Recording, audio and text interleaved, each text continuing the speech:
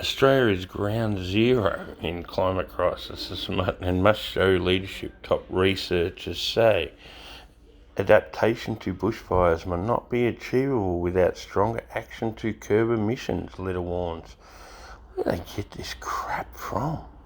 Australia's current position as ground zero for both the impacts of climate change and policy uncertainty presents an opportunity for the country to emerge as a leader in responding to the climate crisis. Sounds like problem, reaction, solution, yeah? 101, according to Australian Research Council laureates.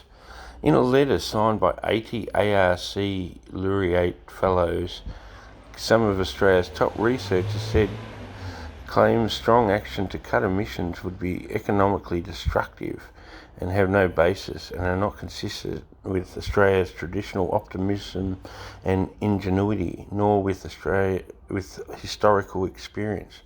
Reducing emissions is a global challenge that requires collective action, the letter said. But Australia's current visibility as ground zero for both climate impacts and climate policy uncertainty presents a unique opportunity for us to emerge as a leader on this challenge. Why are you pushing this? The ARC laureate follows a small group of researchers selected by the ARC as the top researchers across all fields in Australia.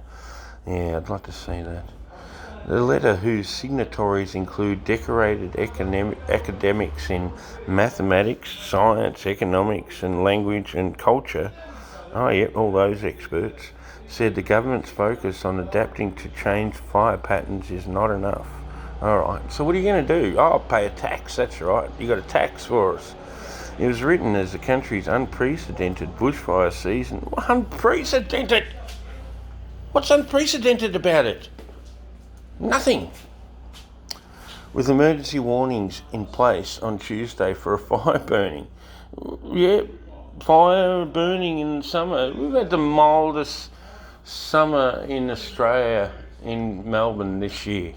This has been so mild. We've even been tempted to put the heater on. That's how cold it's been.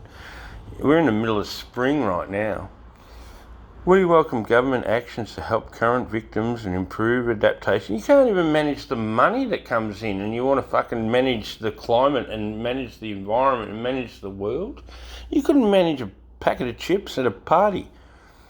But this is not enough, because greenhouse gas amounts driving warming are still rising. 0.3%?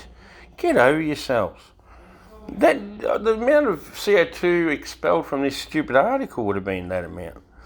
The bushfire emergency has brought the coalition government's climate policies into sharp focus. Yeah, problem, reaction, solution.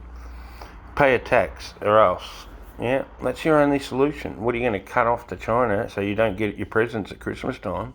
Yeah, I doubt it. Anyway.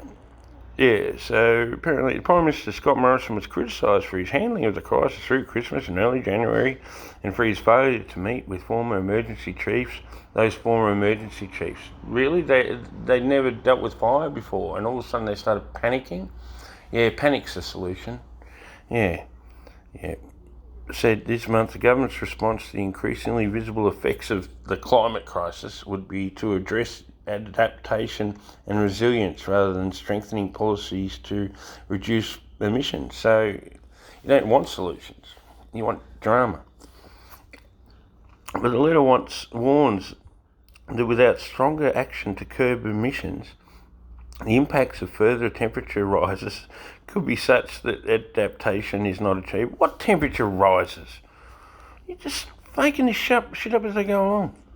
This dire outlook demands stronger mitigation of carbon emissions.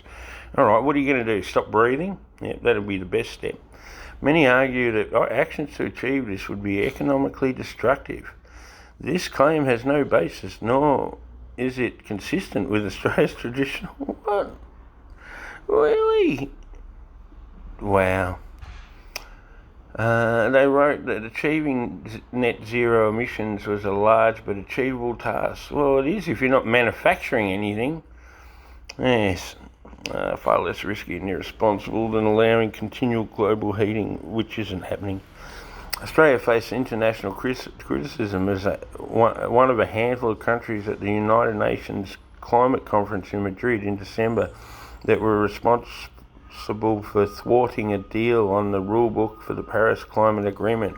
Australia is the only country that plans to use carryover credits from Kyoto period to meet its targets under the Paris Agreement. Yeah, you're getting taken for a ride, folks. This Guardian should be banned for its false stories, fake news. But anyway, have a good one.